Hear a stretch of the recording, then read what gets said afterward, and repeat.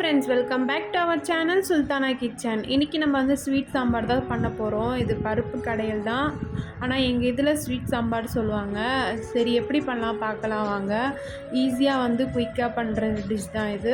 உங்களுக்கு டைம் இல்லைனா இந்த மாதிரி டிஷ் ட்ரை பண்ணி பாருங்கள். நான் வந்து 3 தக்காளி, 2 வெங்காயம், ஒரு 15 பல் பூண்டு உரிச்சு வச்சுருக்கேன். அப்புறமா கொத்தமல்லி கொஞ்சமாக வந்து கட் பண்ணி வச்சுருக்கேன்.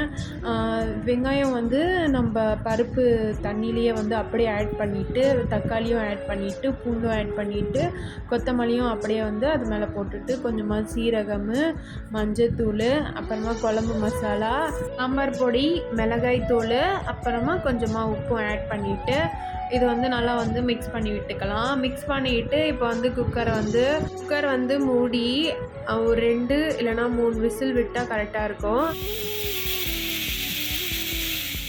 நான் வந்து 3 to 4 விசில் விட்டேன். இப்போ வந்து இறக்கி எப்படி இருக்குதுன்னு பார்க்கலாம். ஓப்பன் பண்ணி கொஞ்சம் வந்து அந்த ஹேர்லாம் போயிட்ட பிறகு ஓப்பன் பண்ணலாம்.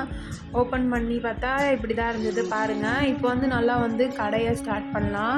நல்லா வந்து கடையணும். அப்போ தான் வந்து இந்த ஸ்வீட் சாம்பார் வந்து சூப்பராக இருக்கும், டேஸ்ட்டாக இருக்கும்.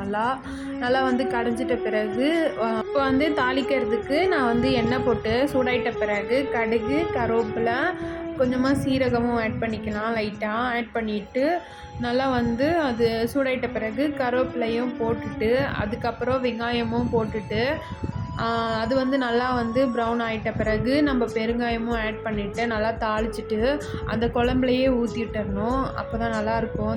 இது வந்து ஊற்றிட்டு இப்போ வந்து நம்ம வந்து கொஞ்சம் நேரம் வந்து கொதிக்க விடணும். அடி பிடிச்சிக்கும், அடிக்கடிக்கு வந்து மிக்ஸ் பண்ணிகிட்டே இருக்கணும்.